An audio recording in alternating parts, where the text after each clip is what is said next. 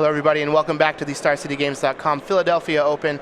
I'm Chris Van Meter here with Andrew Boswell, and we're bringing you coverage of our top 4 semifinal match. Tom Ross is on Infect against Noah Walker, who is on Griggs' Delver. I apologize, Noah, I kind of butchered your name as we went into that intro. It's been a long day trying to speak clearly. Tom Ross was 6th seed coming into the top 8. Noah is 7th, which means Tom is going to have the choice to play or draw. And I imagine he's going to choose to play. He is 22nd on our leaderboard, so these points are extremely valuable to him. Yeah, all these players are, that's the main prize, is getting into the end of the year player championship. This is going to be a pretty fiery match. Both of these players really know how to close the tournament. Noah actually won an Open not too long ago at the end of 2015 with this Griggs' Delver deck. And the year before, he had top-8'd a Legacy event with this deck also. So he's been on it for a really long time, and he's done quite well with it. Tom Ross, on the other hand, he is just the Infect master. When you think Infect, you think Tom Ross. So again, we've had this happen a lot today, especially as we've been getting closer and closer to the top 8, we've been seeing the name brand players playing the decks that they are most known for playing, which is pretty sweet. Not only that, but Tom Ross is our reigning Legacy Open champion. He won the last Legacy Open that we had at the end of October. Yep. And he's going to try and run it back here in Philadelphia. So it's hard to keep track of all the things that Tom has won with Infect. I was doing a little research before the match, and I was writing down the things that Tom has top-8'd or won with Infect. And, it spans Players' Championships, it spans Invitationals, it spans Grand Prix. I was thinking of making a list and reading it, but it's too long. It'd be a bit too much. So looks like Tom is going to go ahead and ship his hand back and take a mulligan. Looks like Noah is kind of happy with this. He doesn't look too thrilled. He's kind of looking up to the sky just to see if he can figure something out. It looks like he's going to keep, but we'll see. Looks like he's mulligan again. So a gentleman's mulligan, A gentleman's mulligan. Yeah. Well, I don't know how gentlemanly it is when Noah's going to need a whole lot of cards to assemble something, whereas Tom can just kill with as little as 3 cards. That's true, but Tom needs to have a good start, I would say. He does. And usually, if you're going to have a good start, you need to usually see a lot of cards in the beginning. You may not cast all of your cards in the beginning, but you're probably going to want to have some options to be able to have some flexible lines of play. So I would say, generally speaking, if they're both mulliganing, granted, Tom can kill off of very few resources, but I would have to say it usually favors Noah. Now, one of the unique things here about Noah's Delver deck is that he has some Cabal Therapy in the main deck. A lot of these decks are just playing like 3 or 4 therapies in the side to bring in against the combo decks, but he has 2 Cabal Therapies in his main, and if he's able to, pick off a couple of creatures, use Gitaxian Probe to look at Tom's hand and snag multiple cards with a Cabal Therapy, he could very easily run away with this game. Yeah, for sure. Generally speaking, the best way to beat the Infect deck is to just try to kill their creatures either post-combat or on Noah's turn. But having Cabal Therapy as a way to attack Tom's hand is certainly a valuable asset. Now, it looks like both players have kept their 6. Noah's deciding what to do with his scry, and he's going to keep it on top. Tom is going to lead with a Tropical Island and pass, so he does not have a 1-drop Mana Accelerant or an Infect creature, but it looked like he had a couple copies of Force of Will. Noah's going to go down to 19 using his Polluted Delta. He's going to go find a Volcanic Island, and let's see if he has some kind of threat that he can deploy to the board.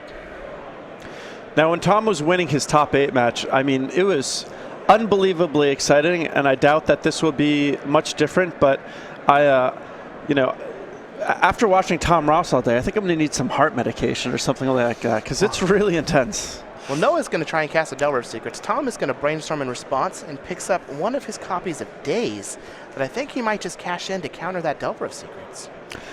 So a play pattern that I'm seeing Tom operate under that is pretty interesting is Tom seems to have a tendency to counter the first 1 or 2 threats that his opponent plays, and then after that try to ignore the threats and save all of his counter magic to protect his own threats. It may be as simple as wanting to establish a clock and make sure that you're winning on the race and only interact as much as you need to win that race. Well, it looks like he has a Blighted Agent, so I imagine he's going to keep that Daze either as a way to counter a spell or to use it to pitch to some Force of Wills.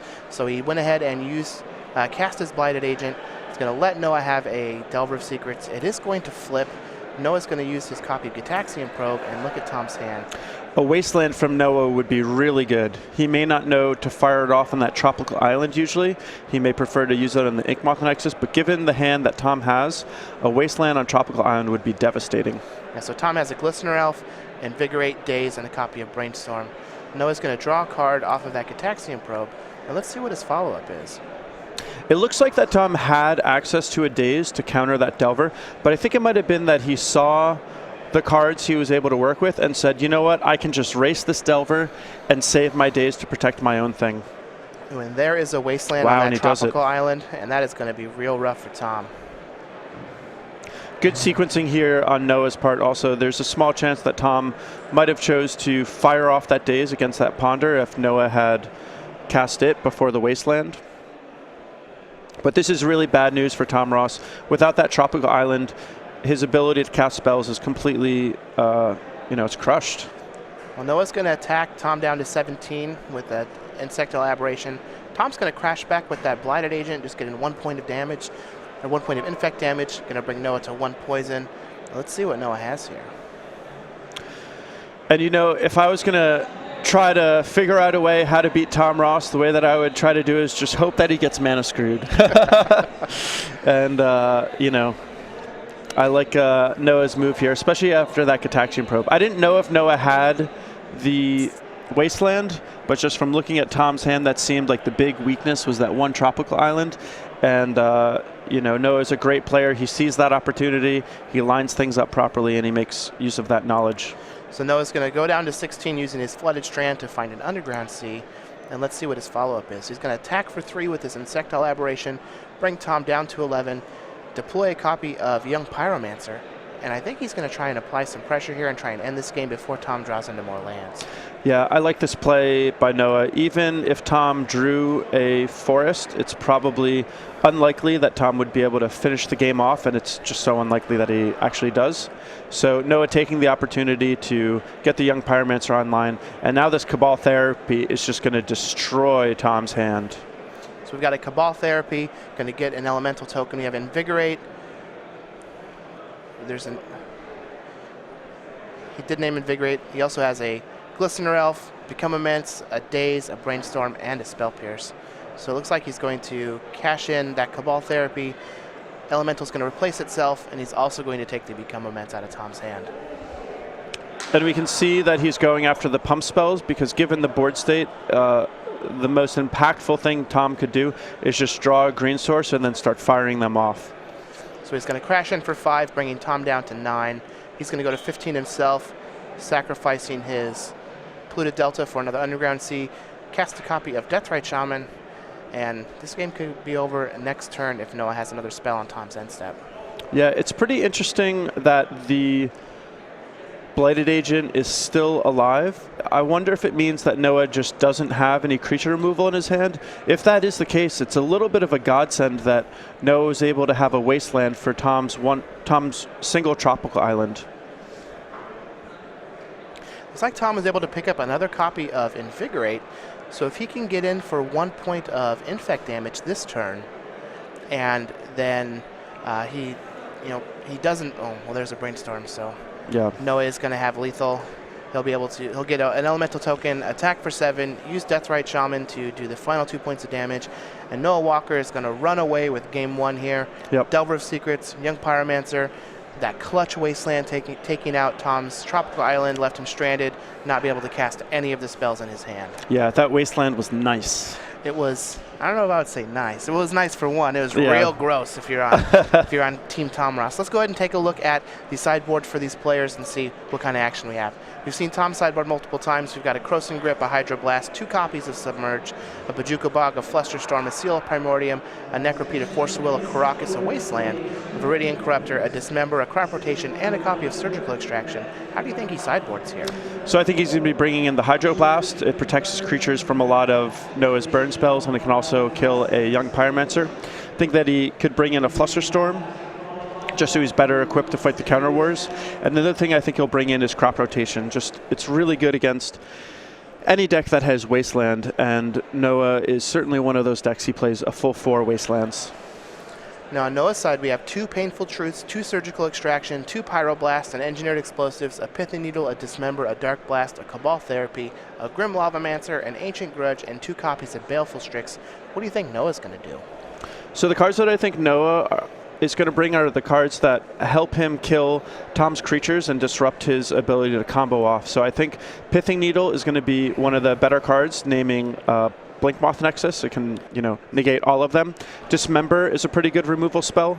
Dark Blast, also a good removal spell. Cabal Therapy is another way that it can attack Tom's hand. And Grim Lavamancer being the... Grim Lavamancer, you hear me mentioning the creature collection. Grim Lavamancer. Ultina? Yeah, Ultina. Grim Lavamancer is another good card to attack Tom's creature base. I can agree with that. And Baleful Strix, being a flying blocker, has some utility too, but it's a little expensive. I don't know if Noah thinks he has time for that card. Yeah, I guess that's right. Yeah.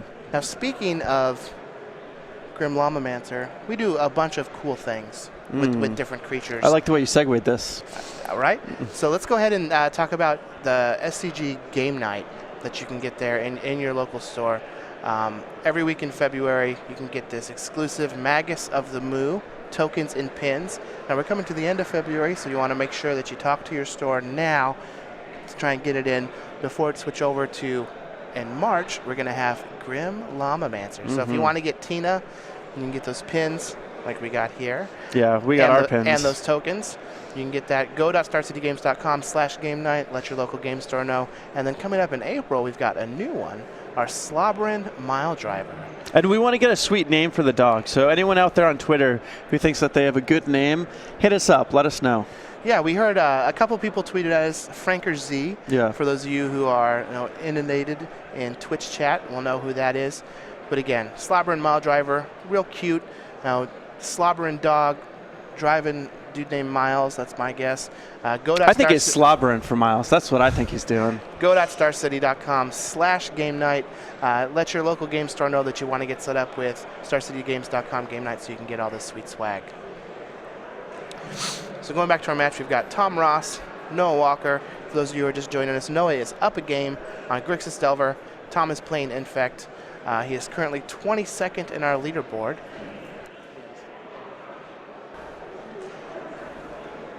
So it looks like Jerry is up a game. Wow. And while we wait for Tom and Noah to finish up sideboarding, let's learn a little bit more about Tom Ross. We do have one of his player profiles that we can get loaded up, so we can take a look at that gorgeous mug. He is 32 from Roanoke, Virginia. He has 9 open top 8s, make that 10 with this open. 2 open wins, that is quite a good conversion percentage. In fact, if he wins this open, he'll have a 30% that's really top 8 good conversion percentage, which Talk is about insane. A closer. 3 invitational top 8s with 2 wins. That's a 66.6 repeating percentage. Closing, it's just nuts. Yeah, and I believe all of those invitationals he played Infect. I'm not 100% sure on that, but I'm pretty sure. Yeah. Now, he used to parkour, can still do backflips. Maybe we can get him to do a backflip if he wins this tournament. He's a Mortal Kombat X enthusiast specializing in Molina and a 5-time Louisiana State champion at Magic. This man is a closer. He likes coffee. Coffee's great. Not a coincidence. Coffee is for closers. We do have a player profile for Noah as well. He has earned enough Star City accolades. He's a young one at 19 from Amherst, Massachusetts. 4 open top 8s. We'll make that 5 now. Yeah. He does have an open win. He is amazing at DDR Dance Dance Revolution. Maybe we'll have to ask him if he wants to come over and break some moves out for us. And his favorite color is blue. I don't know if he's talking about just in general or in Magic. I have seen him cast a lot of Brainstorms, so I'm willing to bet it's both. Yeah, I've run into him in Standard and Modern quite a few times, and he's always on some sort of blue-red tempo deck, whether it's Jeskai or Grixis Twin or any of those. But I do know that half of his open top 8s are actually with this Legacy deck, and the open win is with this Legacy deck too. So he is no stranger to doing well with this archetype. Well, if it ain't broke, don't fix it. Yeah. So we've got Noah Walker on Grixis Delver against Tom Ross, who is on Infect. Noah's up a match. Let's go ahead and jump back down to our players and see if they're ready to go. It's like Noah's just finishing up his shuffling. Hopefully we can get both players, keep a good 7, and we see a fantastic battle.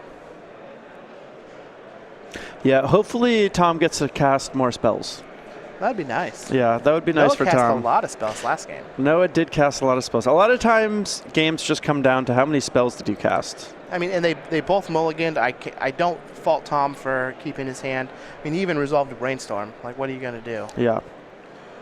So it looks like both players are going to keep their 7. Tom is going to lead off on a Mystery Rainforest, and again, doesn't have a Glistener Elf or a Noble Hierarch. Yeah, we've seen a lot of games where he starts with a Noble Hierarch or to get ahead on mana, or that Glistener Elf to start getting the Infect damage in, but these starts from him have been a little slower than normal.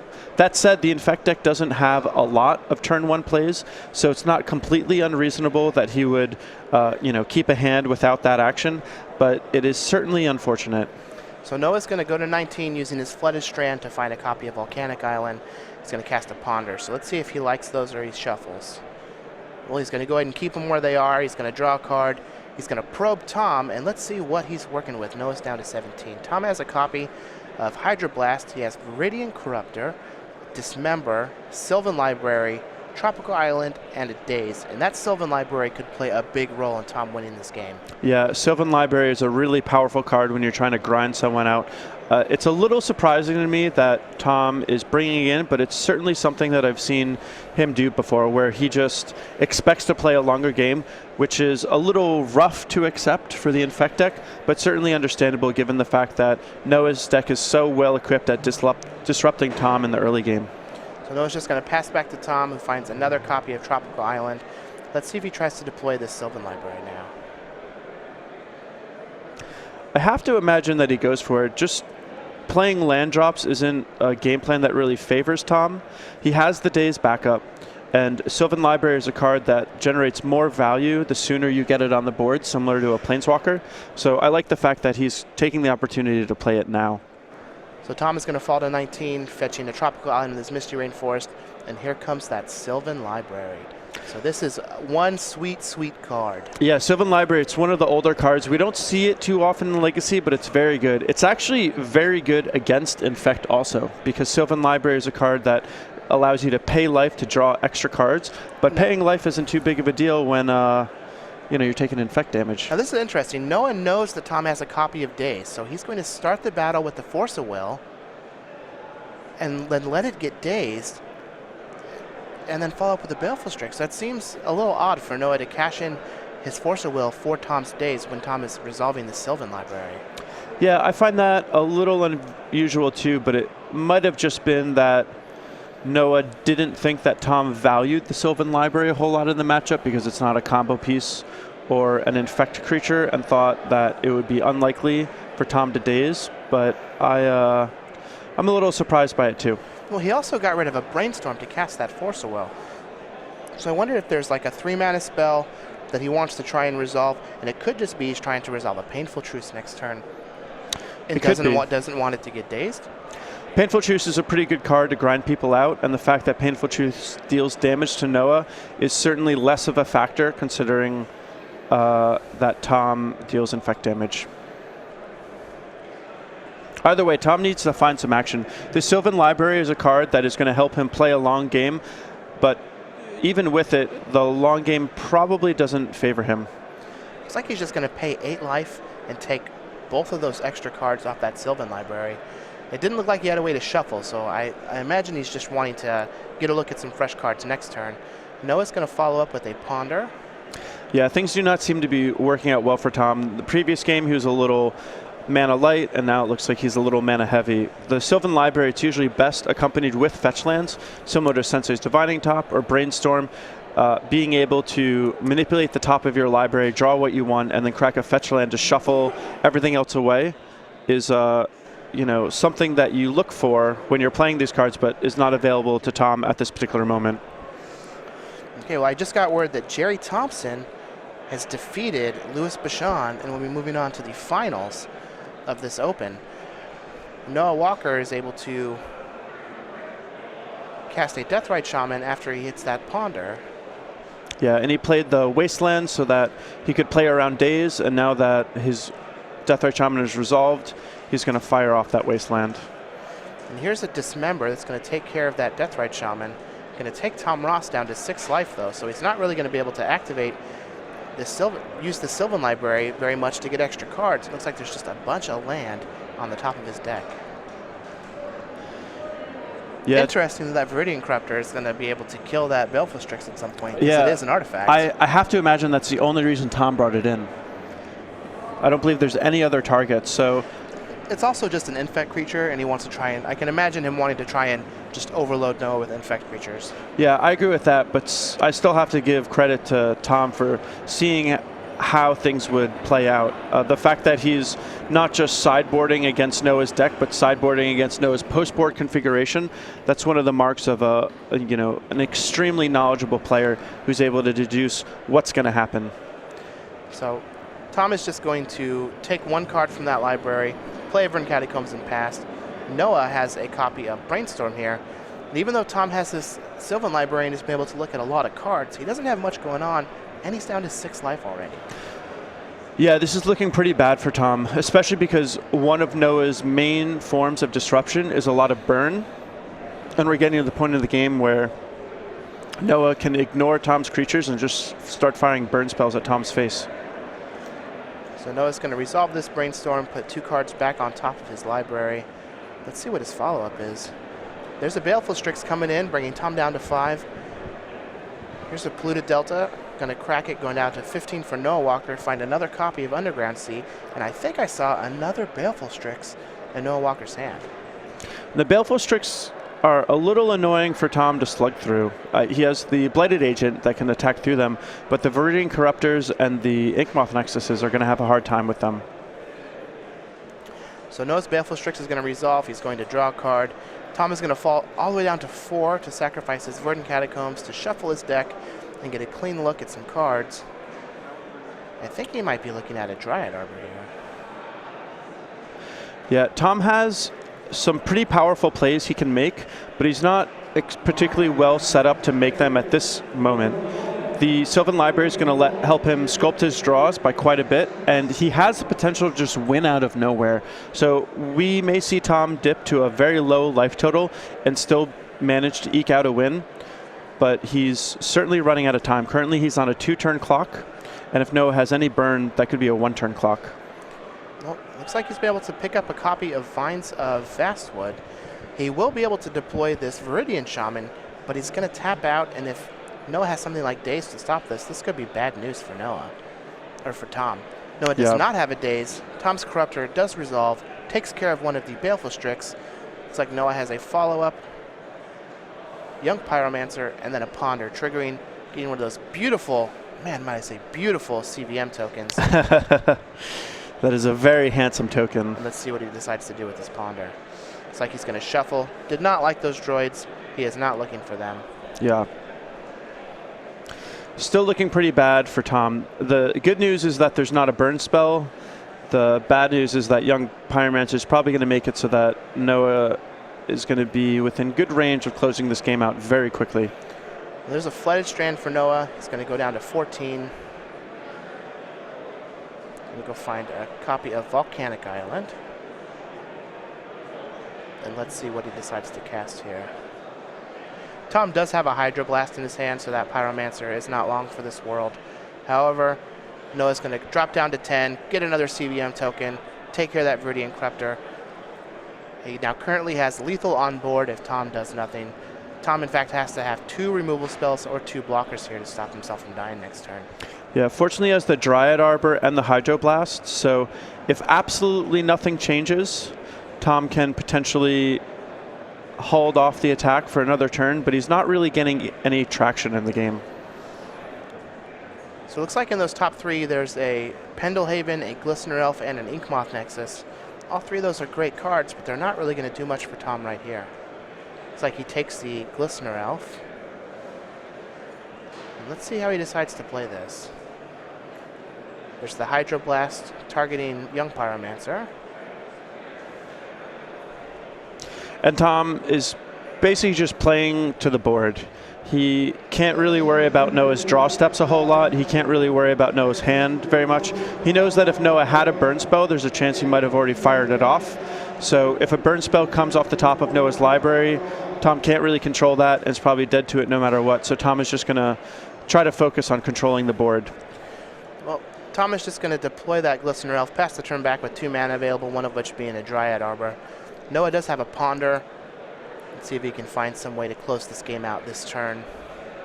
The fact that these CVM tokens are so powerful that they can actually trade with whole cards from Tom's side is pretty amazing. That means that this young Pyromancer has the potential of amounting to a 3-for-1, which is something that we usually don't see happen, but because Tom's creatures have such small base power and toughness, that's just what ends up happening in this sort of situation. And that's got to be a bad feeling when you're at 3, your opponent ponders and keeps the cards on top. Yeah. Noah's going to go ahead and draw the card off of his ponder, and let's see what his course of action is here.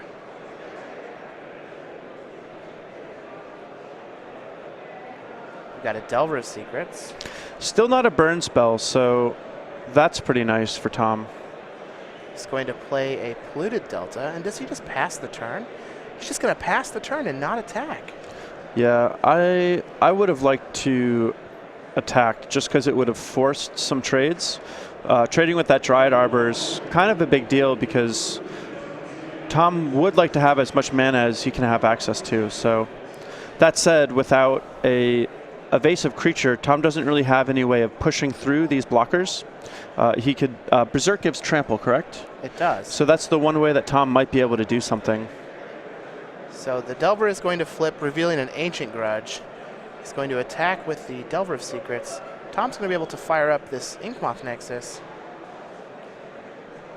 The Ancient Grudge is going to get stopped by Vines of Vastwood, which will be kicked. Now, while the Ancient Grudge is still on the stack, it cannot be flashed back. Correct.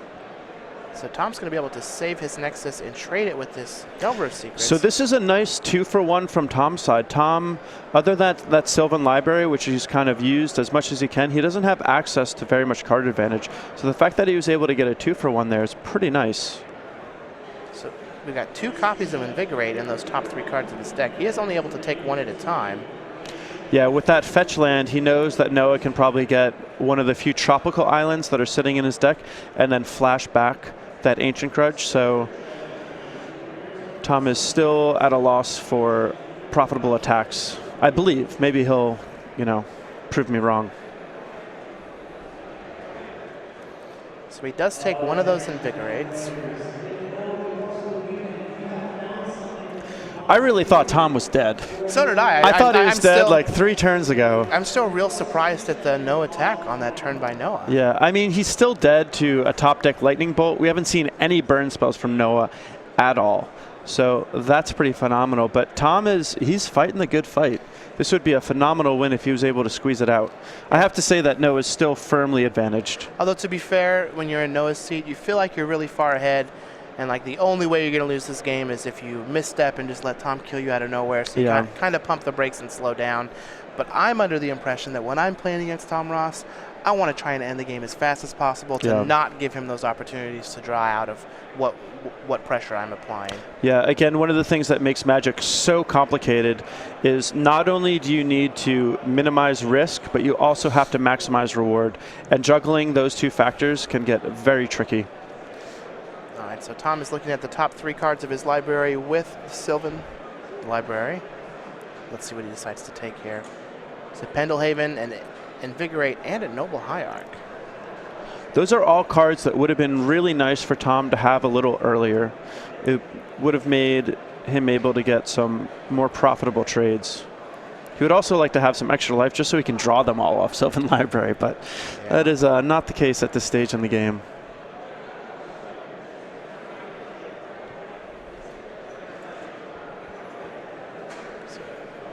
Like Tom's going to draw a card, Noble Hierarch. Is he going to start attacking here, or is he just going to pass the turn back? One thing that is good for Tom is Noah has started to run out of gas. Last turn, Noah played his young Pyromancer, but did not play a follow-up spell. So I would have to assume that Noah doesn't have anything proactive to do in his hand. And a lot of his cards are rather reactionary. And Noah does have some dead draws here that would allow Tom to, now this work some magic. This Glistener Elf is going to be a 2/2 from the Noble Hierarch. And Noah has to be worried about trample potentially happening from Berserk. He is just going to chump block with 1 of those elemental tokens. But there is quite a clock here for Tom with that Baleful Strix. Ooh, does Noah have... He is going to cast a Pyroblast just to get a 1/1 elemental token. And this could be a lethal attack if Tom does not have any answers.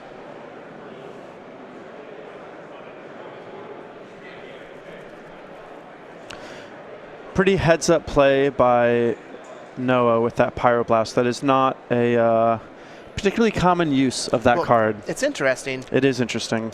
Pyroblast is worded as such, so Yep. you can target any spell or permanent, and then an effect happens if it's blue. Red Elemental Blast can only target a blue spell or a blue permanent, so using Pyroblast over Red Elemental Blast when they're essentially the same card is what allows Noah to win there by generating the elemental token, as you can't cast Pyroblast, or you can't cast Red Elemental Blast unless you have a red target. Yeah, wording template that you do not see anymore. But, you know, one of the old things about Magic was that sometimes things were worded a little funny, and now it allows some unusual uses. But either way, we really got to hype up the fact that Noah won. I mean, this is his third Open Top 8 with this deck. He's poised to get his second win with it. You know, winning 2 out of your 3 Top 8s with the same deck is a pretty phenomenal win ratio.